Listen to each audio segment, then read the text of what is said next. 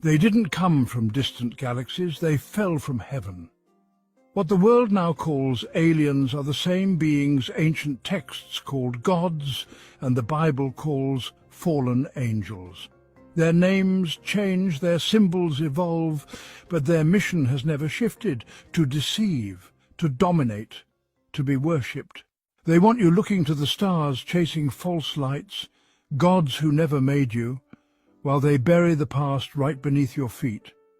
ISIS was not just a terrorist group, it was a smokescreen, a convenient cover for the destruction of ancient relics, temples, and sites that held knowledge predating the Abrahamic traditions, predating empire.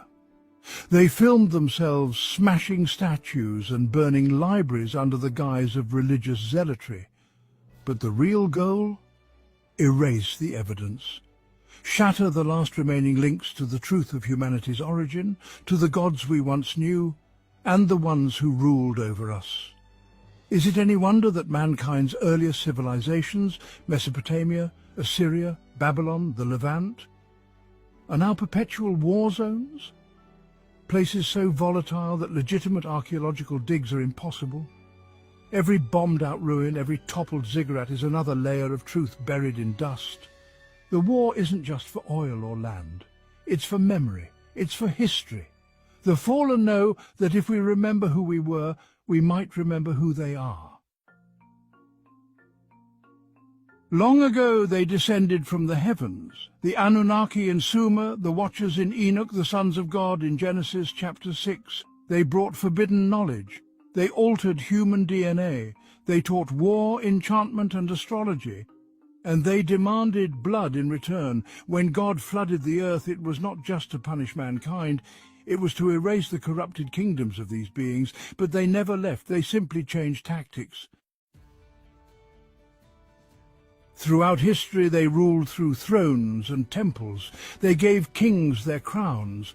They built religions in their image, and their most enduring stronghold, the Catholic Church, a system cloaked in holiness, yet filled with the architecture and rites of Babylon. The pine cone, symbol of spiritual control, rests in the Vatican courtyard. The papal staff bears it. The mitre, worn by every pope, mimics the head of Dagon, the Philistine fish god. This is not the church Christ founded. It is a replacement, a spiritual empire designed to mimic Christ and lead millions away from the truth. But in the 20th century, something changed. In 1947, something fell from the sky near Roswell, New Mexico. The official story twisted within days. Weather balloon, flying disc, weather balloon again.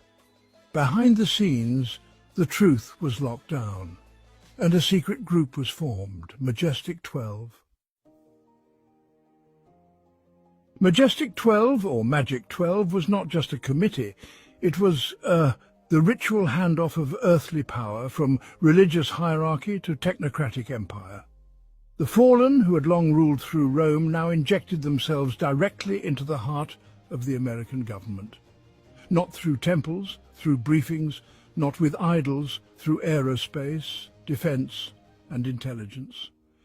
Magic 12 became the new priesthood, its members the new gatekeepers of knowledge.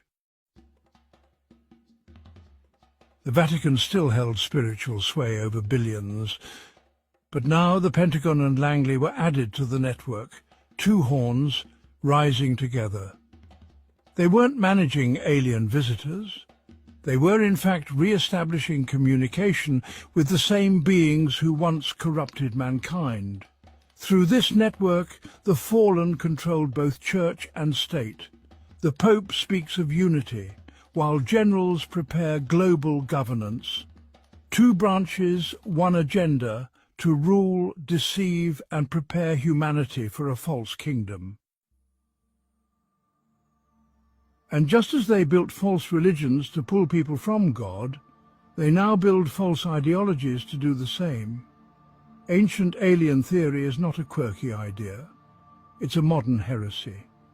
It teaches that we were created by extraterrestrials, that the gods of old were visitors, that humanity's future lies not in salvation but in evolution guided by off-world beings. It replaces God with engineers. It replaces sin with ignorance. It replaces redemption with technology. This is not science. It is, quite simply, Luciferianism, rebranded for a digital age.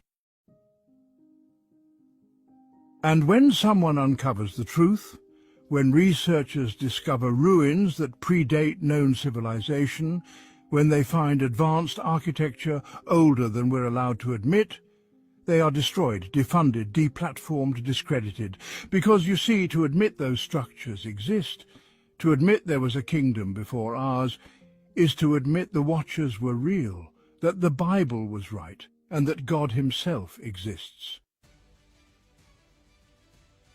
Revelation tells us the great dragon was hurled down, that ancient serpent called the devil, or Satan, who leads the whole world astray. He was cast to earth, and his angels with him. They didn't come in fire, they came in light. They came offering peace, knowledge and unity.